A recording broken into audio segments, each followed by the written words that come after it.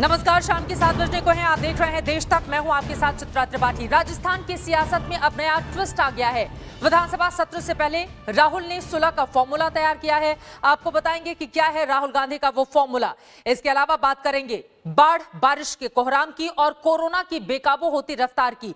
लेकिन देश तक की शुरुआत इस वक्त की सबसे बड़ी खबर के साथ हम करते हैं। आपको बताते चलें, रिया से ईडी ने पूछताछ की है। लगातार रिया चक्रवर्ती से पूछताछ जारी है। करीब 8 घंटे से रिया से ईडी सवाल जवाब कर रही है। आपको बता दें, इसके पहले भी काफी लंबी पूछताछ रिया चक्रवर्ती से हो चुकी है और अब एक बार फिर से खबर आ रही है। 8 घंटे ये लंबी पूछताछ, कई ऐसे महत्वपूर्ण सवाल हैं जिनका जवाब जानने की कोशिश इस वक्त ईडी की ओर से दी जा रही है। 8 घंटे से ये पूछताछ लगातार जारी है। दरअसल रिया के 2017-18 और 2018-19 के इनकम टैक्स रिटर्न में उनकी आय एक जैसी ही करीब 18 लाख है। इसके अलावा दोनों सालों में अन्य कमाई करीब 1.25 लाख है और 2.25 लाख। लेकिन इन 2 सालों में रिया की संपत्ति करीब 96,000 से 9 लाख तक पहुंच जाती है। आखिर ये कैसे हुआ? इस सवाल का जवाब तलाशने की कोशिश ईडी की इस वक्त की बड़ी टीम कर रही है। रिया को इन तमाम सवालों के जवाब देने पड़ रहे हैं। रिया ने 2017-18 के दौरान कुछ कंपनियों में करीब 34 लाख के शेयर भी खरीदे, जबकि इस दौरान उनकी सालाना आय सिर्फ 18 लाख थी। ये कैसे हुआ, इसका भी जवाब जानने की कोशिश कर रही है 15 करोड़ के। लेकिन मामले में ईडी को ठोस सबूत नहीं मिले हैं। इस वक्त की ये बड़ी जानकारी निकलकर सामने आ रही है। 15 करोड़ का जो मामला बार बार रिया चक्रवर्ती के सामने आ रहा है, उस पर ईडी को अब तक कोई ठोस सबूत नहीं मिले हैं।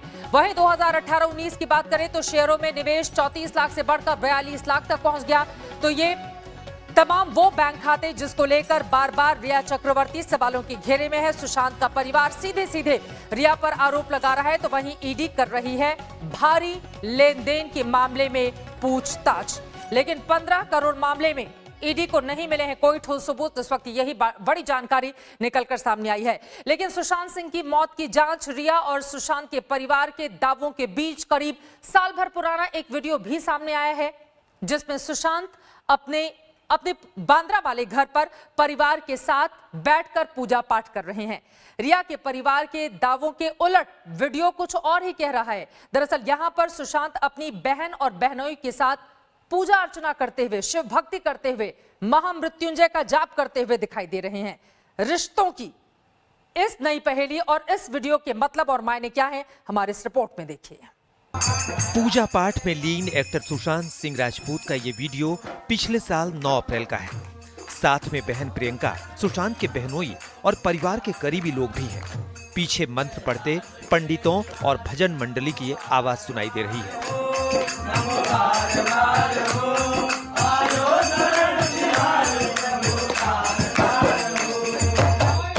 ये पूजा पाठ सुशांत सिंह के मुंबई के बांद्रा वाले उसी फ्लैट में हुई जहां वो रहते थे। तस्वीरें देखकर अंदाजा लगाया जा सकता है कि ये कोई छोटी मोटी पूजा नहीं थी, बल्कि त्र्यंबकेश्वर से 13 पंडित बुलाए गए थे, जिन्होंने सुशांत के घर पर काल सर्पदोष पूजा की थी, जो करीब 5 घंटे तक चली थी। आज तक ने पूजा कराने वाले एक पंडित से बात भी की। कितने लोग पूजा करने गए थे और कितने लोग शामिल हुए थे? टोटल इसमें 13 पंडित जी थे, है ना? सुशांत की बहन और सुशांत के जीजा जी, सुशांत जी के। आपको नाम ध्यान होगा कौन सी बहन थी? उनका नाम नहीं होगा, नाम मुझे पता नहीं है ना कौन सी बहन है। अच्छा, आप वीडियो जो डाला है उसमें आप देख के पहचान सकते हैं। अच्छा, आप कब गए थे पूजा करवाने? कौन से साल में गए थे? ये 2019 में अप्रैल का टाइम पे। ना वीडियो में ना इन पूजा की तस्वीरों में सुशांत की गर्लफ्रेंड रिया चक्रवर्ती कहीं भी दिखाई नहीं दे रही हैं। तस्वीरें भी गवाह हैं और पंडित भी कह रहे हैं कि सुशांत पर तनाव या किसी मानसिक परेशानी की कोई झलक भी नहीं थी। आप जब सुशांत से मिले तो आपको कैसा महसूस हुआ? मतलब कैसा इंसान लगा आपको? बहुत ही खुश मिजाज इंसान। बहुत बोलते हैं ना कि विश्वास नहीं होता कि वो इंसान ऐसा कर सकता है ना। दरअसल रिया चक्रवर्ती की तरफ से बार बार दावा किया जा रहा है कि सुशांत अपने घर वालों से दूर थे और उनके ज्यादा करीब। रिया ने बहनों के प्रति नाराजगी जताने वाले सुशांत के कुछ व्हाट्सएप चैट भी जारी किए थे। लेकिन ये तस्वीरें कुछ और ही कहानी कह रही हैं। बल्कि एक पुराने इंटरव्यू में सुशांत ये कहते हुए भी दिख रहे हैं कि वो अपनी बहनों में प्रियंका को सबसे ज्यादा चाहते हैं। प्रियंका ही इस पूजा पाठ में शामिल है। सिर्फ रिया नहीं बल्कि महाराष्ट्र सरकार से जुड़े बड़े नेता और राज्यसभा सांसद संजय राउत ने भी सुशांत के पारिवारिक संबंधों को लेकर बड़ा बयान दिया है। फैमिली में भी उसका अगर सब कुछ ठीक होता तो फैमिली के लोग उसके साथ आकर बैठते, पिताजी आते, उनकी बहनें आते, सब कुछ आते, लेकिन जो बातें सामने आ रही है और ऑन रिकॉर्ड है, तो बोले सभी मामलों के उनके परिवार के साथ उसके रिश्ते कैसे थे, क्या उस वजह से वो डिप्रेशन में था, कुछ ठीक नहीं चल रहा था फैमिली के साथ, उसकी भी जांच आप करनी चाहिए। लेकिन सुशांत के परिवार ने इन दावों को सिरे से खारिज कर दिया है। और इस तरह का हल्का बयान उनको कम से कम नहीं देना चाहिए, उनको तो शर्म आना चाहिए और उनको माफ़ी मांगनी चाहिए। इतना माने आघात पहुंचाने वाला बयान, जहां करोड़ों फैंस उनको सराह रहे हैं उनके पिताजी को, एक बुजुर्ग आदमी पर इस तरह का माने शर्मनाक आरोप लगाना ये काफ़ी निंदनीय है। और जरूरत पड़े तो मैं मानहानि का मुकदमा करूंगा संजय राउत जी पर। सुशांत की बहन श्वेता ने सोशल मीडिया पर भाई और पिता की एक तस्वीर जारी करके उन आरोपों का जवाब दिया है जिनमें कहा जा रहा है कि सुशांत के अपने पिता के साथ संबंध अच्छे नहीं थे। मुंबई से श्रुति बड़जात्या और पटना से रोहित सिंह के साथ अशोक सिंघल, दिल्ली आज तक। प्यार वर्सेस परिवार, कौन दूर कौन पास, हर किसी के जहन में यही सवाल है। लेकिन इन सब के बीच आपको बताते चले, रिया और सुशांत के परिवार के दावों के बीच सुशांत केस की जांच में लगातार रफ्तार देखी जा रही है। आज सीबीआई भी इस पूरे मामले में एक्शन में दिखाई दी। रिया का बयान दर्ज करने की तैयारी में सीबीआई है। और आपको यह भी बताते चले, मनी लॉन्ड्रिंग एंगल की जांच कर रही ईडी ने आज रिया से लगातार पूछताछ की है। 8 घंटे से यह पूछताछ जारी है। कई महत्वपूर्ण सवाल लेन देन को लेकर जो रिया से दागे जा रहे हैं और उनका जवाब लेने की कोशिश कर रही है ईडी। ये रिपोर्ट देखिए।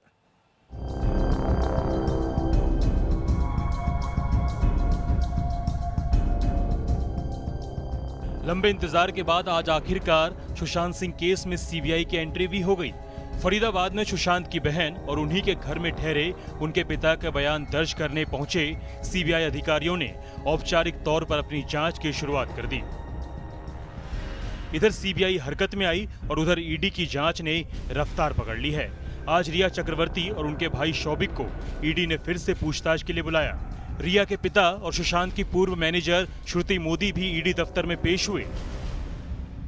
रिया की संपत्ति, कमाई और खर्च की जांच कर रही ईडी उनके इनकम टैक्स रिटर्न को लेकर चक्कर में पड़ गई है। रिया के 2 साल के इनकम टैक्स रिटर्न आज तक के भी हाथ लगे हैं। रिया के 2017-18 और 2018-19 के इनकम टैक्स रिटर्न में उनकी आय करीब करीब एक जैसी ही है, लेकिन इन 2 सालों में रिया की संपत्ति करीब 96,000 से 9 लाख पहुंच गई। रिया ने 2017-18 के दौरान कुछ कंपनियों में करीब 34 लाख के शेयर भी खरीदे, जबकि इस दौरान उनकी सालाना आय सिर्फ 18 लाख थी।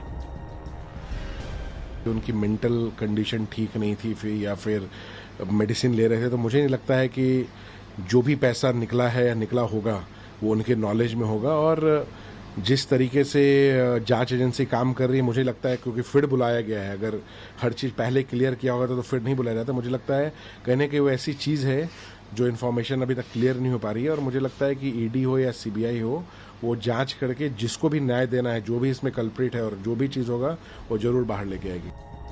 जाहिर है रिया की अर्थव्यवस्था के ये पेश ईडी के पल्ले नहीं पड़े, इसीलिए आज उनको पूरे परिवार समेत सीए रितेश शाह की मौजूदगी में पूछताछ के लिए दोबारा बुलाया गया। रिया और उसके परिवार से किए जा रहे ईडी के सवालों की लिस्ट कुछ ऐसी है। 2 साल में आपने कितना निवेश किया? खार वाले फ्लैट के लिए डाउन पेमेंट का पैसा कहां से आया? सुशांत के खाते से जो पैसा आपके पास आया वो कहां खर्च किए? आपके 2 खातों में अचानक ज्यादा पैसा कहां से आया? सुशांत के निवेश में क्या आप या आपका परिवार नॉमिनी है? अपनी और अपने भाई की कंपनियों के बारे में जानकारी दीजिए। उधर रिया के वकील ने सुप्रीम कोर्ट में एक नई अर्जी डालकर एक बार फिर सीबीआई जांच का विरोध किया है, लेकिन अगर सुप्रीम कोर्ट इसके लिए आदेश करती है तो उन्होंने मांग की है कि केस मुंबई में चले, बिहार में नहीं। देखिए ये तमाम चीज़ें हम समझते हैं कि जांच का विषय और कॉन्फिडेंशियल ये होता है कि वो कौन सा इशू पे जांच कर रहे हैं, क्या उनको मिला है। हम लोगों ने तो लगातार आग्रह कर रहे हैं कि पूरा देश और पूरा उसके फैंस आग्रह कर रहे हैं कि भाई सीबीआई और ईडी जांच करे, और जांच हो रही है तो हम लोगों को तसल्ली है कि सही चीज़ें जांच में निकल के बाहर आएगी। कल यानी मंगलवार को सुप्रीम कोर्ट में इस मामले की सुनवाई होगी। मामले से जुड़े सभी पक्षों ने अपने अपने जवाब सौंप दिए हैं। इसमें से रिया और महाराष्ट्र सरकार सीबीआई जांच के विरोध में है। हालांकि केंद्र के आदेश पर सीबीआई अपनी जांच शुरू कर चुकी है, लेकिन आखिरी फैसला कोर्ट को करना है। दिल्ली से संजय शर्मा, अनीशा माथुर और मुनीश पांडे के साथ दिव्येश सिंह, मुंबई, आज तक। अब देश की सर्वोच्च अदालत पूरे मामले पर क्या कुछ कहती है, इस पर रहेगी हमारी नजर। लेकिन इन सब के बीच रिया के बहे खाते पर जल्दी से एक नजर डाल लेते हैं। दरअसल 2017-18 और 2018-19 के इनकम टैक्स रिटर्न में उनकी आय एक जैसी ही करीब 18 लाख है। इसके अलावा दोनों सालों में अन्य कमाई करीब 1.25 लाख। उसके बारे में आपको जल्दी से इस बड़ी स्क्रीन के जरिए हम जानकारी देते हैं। इसी को लेकर रिया चक्रवर्ती सवालों के घेरे में है। आप यहाँ पर देख रहे हैं कमाई क्या है। 2017-18 18 लाख, 2018-19 में भी 18 लाख की ही उनकी कमाई रही। लेकिन 2017-18 में अन्य आय जो उनको आए वो तकरीबन 1.25 लाख के करीब। 2017-18, 2018-19 में तकरीबन 2.25 लाख के करीब ये अन्य जगहों से उनकी आय आई। संपत्ति 2017-18 में 96,000 की थी और यहां पर 2018-19 में 9 लाख तक कैसे पहुंच जाती है, यही वो सवाल है जिसका जवाब तलाशने की कोशिश लगातार की जा रही है। और यहां पर देखिए कुल शेयर में निवेश, संपत्ति उनकी कैसे 18-19 लाख के आसपास ही रहती है, लेकिन शेयर में निवेश अचानक से बढ़ जाता है और इसी वजह से 17-18 में 34 लाख, 18-19 में 42 लाख, जिसको लेकर रिया चक्रवर्ती सवालों के घेरे में है। और 8 घंटे से लगातार पूछताछ ईडी की रिया चक्रवर्ती से जारी है। जैसे और जानकारी मिलेगी आज तक आप तक पहुंचाता रहेगा। और अब आगे बढ़ते हुए बात करेंगे राजस्थान के रण की। बेहद दिलचस्प और ऐसा लग रहा है कि राहुल गांधी का पायलट फॉर्मूला हो सकता है काम कर जाए। बड़ी खबर इस वक्त राजस्थान की आपको देते हैं। राजस्थान में सियासी संकट दूर होने के संकेत मिल रहे हैं। पिछले 1 महीनों से ज्यादा दिनों से जो सियासी संकट कांग्रेस का राजस्थान को लेकर जारी है, ऐसा लग रहा है कि वो सियासी संकट दूर हो सकता है। राहुल प्रियंका ने सचिन पायलट से लंबी बातचीत की है। सचिन पायलट कर सकते हैं सुलह का ऐलान। 2 दिन के अंदर सुलह का ऐलान किया जा सकता है। कुछ शर्तें भी सचिन पायलट की ओर से रखी गई हैं। माना यही जा रहा है कि कांग्रेस का शीर्ष नेतृत्व उसको मान चुका है। वहीं एमएलए भंवरलाल गहलोत से मिलने पहुंचे हैं मुख्यमंत्री से, जो कि सचिन पायलट खेमे के बताए जाते हैं। यह रिपोर्ट देखिए।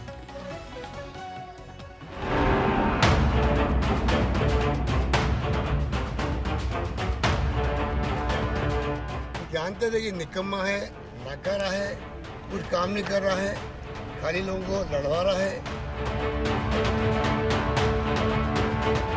गहलोत के तेवर तो आपको याद होंगे, किस तरह से उन्होंने सचिन पायलट पर हमला बोला था, उन्हें नकारा, निकम्मा तक कह डाला था। हम जानते थे कि निकम्मा है, नाकारा है, कुछ काम नहीं कर रहा है, खाली लोगों को लड़वा रहा है। लेकिन अब राहुल गांधी के साथ सचिन पायलट की 1.5 घंटे लंबी मुलाकात के बाद राजस्थान के रण में गहलोत खेमे के भी सुर बदल गए हैं। चाहे मुख्यमंत्री हो, चाहे प्रदेश अध्यक्ष हो, वो सब आला कमान के फैसले को मानते हैं और आला कमान के आदेश से ही मैं आज पीसीसी के चीफ का काम कर रहा हूं और अशोक गहलोत जी मुख्यमंत्री जी का काम कर रहे हैं। तो मैं समझता हूं आला कमान अपने विवेक से, अपने हिसाब से काम करता है। राहुल और प्रियंका गांधी से मुलाकात के बाद ऐसा फॉर्मूला निकाला जा रहा है कि कांग्रेस का संकट भी टल जाए और सचिन पायलट का सम्मान भी बचा रहे। इसके लिए सचिन पायलट से राहुल गांधी के सामने कुछ विकल्प भी रखे गए हैं।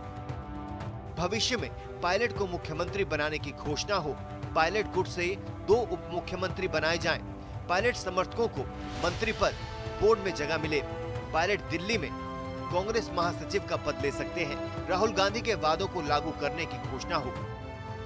उधर राहुल गांधी ने कहा है कि पायलट राजस्थान में ही रहें और पहले की तरह काम करें।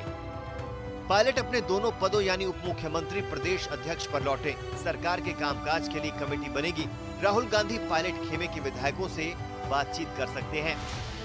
उधर जैसलमेर से मुख्यमंत्री अशोक गहलोत जयपुर लौट आए हैं, लेकिन जैसलमेर के सूर्यगढ़ फोर्ट की किलेबंदी और सख्त कर दी गई है, जहां गहलोत कैंप के विधायकों की बाड़ेबंदी है। सूर्यगढ़ पैलेस में जहां पर विधायक रुके हुए हैं, पुलिस का ये तीसरा पड़ाव है, जहां पर देखिए किस तरह से यहाँ बैठे हुए हैं पुलिस के अधिकारी और हर गाड़ी का नंबर नोट किया जा रहा है। उधर बीजेपी की उस याचिका पर अब कल सुप्रीम कोर्ट में सुनवाई होगी, जिसमें कहा गया है कि बीएसपी के कांग्रेस में शामिल हुए 6 विधायकों के वोटिंग राइट्स पर रोक लगाई जाए। इस मामले में बीएसपी ने राजस्थान हाई कोर्ट से केस सुप्रीम कोर्ट में ट्रांसफर करने की अर्जी दी है। अब दोनों अर्जियों पर मंगलवार को एक साथ सुनवाई होगी। 14 अगस्त से राजस्थान विधानसभा का सत्र शुरू हो रहा है। बीजेपी ने भी इसके लिए कमर कस दी है। पार्टी सभी विधायकों को व्हिप जारी करेगी और व्हिप का उल्लंघन करने वालों के खिलाफ सख्त कार्रवाई की जाएगी। एक तरफ वसुंधरा राजे वापस आने की कोशिश कर रही हैं बीजेपी में की मुख्य भूमिका में, दूसरी तरफ अशोक गहलोत कोशिश कर रहे हैं कि सचिन पायलट को कांग्रेस की मुख्य भूमिका में आने से रोका जाए। जयपुर से शरद कुमार, आज तक। तो कुल मिलाकर ऐसा लग रहा है जो गलतियां मध्य प्रदेश की राजनीति को लेकर कांग्रेस पार्टी ने की थी, राजस्थान में वो गलती दोहराना नहीं चाहती। इसी वजह से सीधे राहुल गांधी ने मुलाकात की है सचिन पायलट को और अपना फॉर्मूला रख दिया है उनके सामने। माना यह जा रहा है रात 8:30 बजे की मीटिंग के बाद सचिन पायलट अपने समर्थकों के साथ लौट सकते हैं राजस्थान। और इस पर और ज्यादा जानकारी के साथ शरद, हमारे संवाददाता सीधे जैसलमेर से इस वक्त हमारे साथ जुड़ चुके हैं। शरद, इस वक्त पायलट समर्थक गुट के एक विधायक मुख्यमंत्री से मुलाकात करने के लिए पहुंचे हैं। मुख्यमंत्री ने बैठक भी बुलाई है, क्या मतलब और मायने निकाले जाएं इसके? ये पैकेज तो खत्म हो गया। शरद, मेरी आवाज मिल रही है आपको?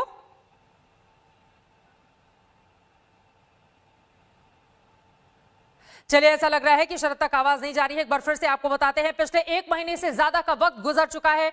पायलट खेमा यहां राजधानी दिल्ली और एनसीआर के इर्द गिर्द, वहीं राजस्थान में अपनी सरकार बचाने की कोशिशों कवायद में जुटे हुए हैं अशोक गहलोत। इन सब के बीच राहुल गांधी का जो फॉर्मूला, उससे माना जा रहा है कि सुलह के आसार अब हो चुके हैं और सचिन पायलट अपने समर्थकों के साथ आज रात राजस्थान वापस लौट सकते हैं। और यहां पर हम आपको राहुल गांधी का पायलट फॉर्मूला दिखा रहे हैं। पायलट गुट, पायलट की गहलोत के बाद सीएम की शर्त रख दी है। जैसलमेर के रिजॉर्ट में विधायकों पर सुरक्षा बढ़ा दी गई है, गहलोत गुट ने यह कहा है। तो कुल मिलाकर ऐसा लग रहा है कि अब बीच का रास्ता निकालने की कोशिश और उसमें बड़ी कामयाबी भी यहां पर मिलती हुई दिखाई दे रही है राहुल गांधी को, कांग्रेस पार्टी को। और सचिन पायलट आज रात लौट सकते हैं राजस्थान वापस। इस तरह की खबरें इस वक्त निकलकर सामने आ रही हैं। जैसे और जानकारी आएगी राजस्थान के रण को लेकर, आज तक आप तक पहुंचाता रहेगा। आगे बढ़ते हुए बात अब कर लेते हैं, देश में उत्तर से लेकर दक्षिण भारत तक बारिश और बाढ़ का कोहराम जारी है। लेकिन सबसे ज्यादा मुसीबत पहाड़ों पर टूटा, जहां भारी बारिश के बाद उफनाते नाले जिंदगी पर भारी पड़ रहे हैं। लैंडस्लाइड से रास्ते बंद पड़े हैं और घरों में लोग खौफ में अपनी जिंदगी गुजारने को मजबूर हैं।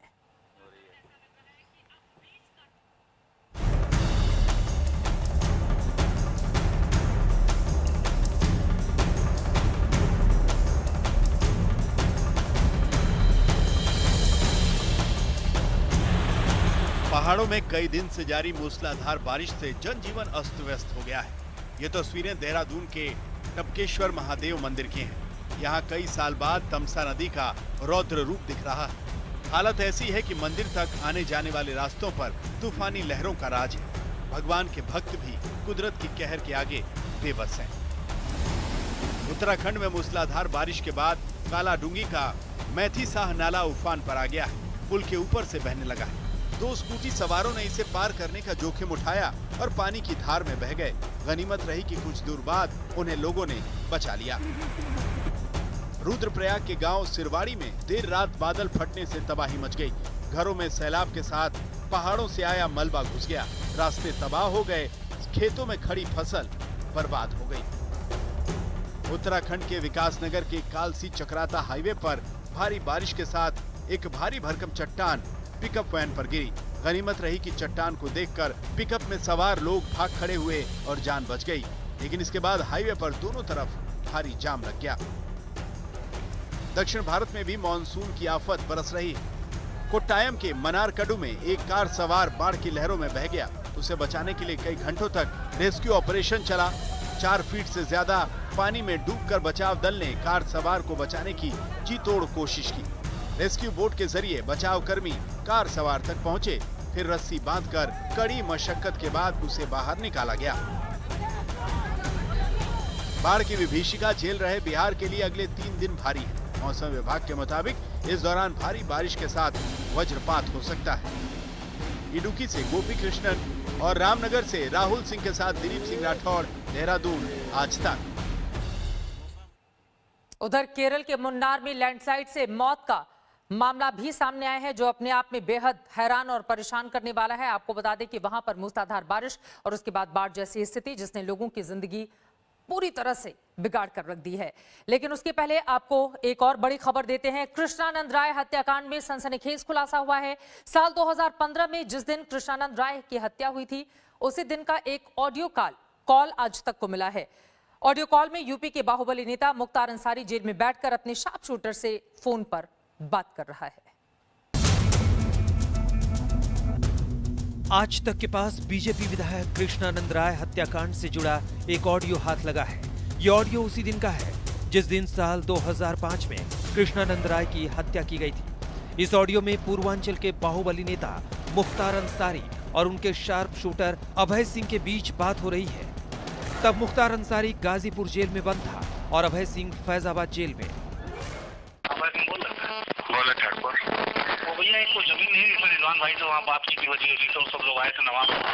हाँ उसमें बीच में मामला बिगड़ गया था। हाँ थोड़ा बदमाशी किया है, सब छोड़ो अभी। अभी यहाँ पर वो हो गया, पता चला है, हल्ला हो रहा है कि गोली चल रही है मुन्ना बजरंगी और कृष्णानंद राय में। अच्छा ये सुनने में आया है। अच्छा कहाँ पे? कृष्णानंद राय के गाँव पर दोनों तरफ से मुकाबला चल रहा। हाँ बराबर गोली चल रही है।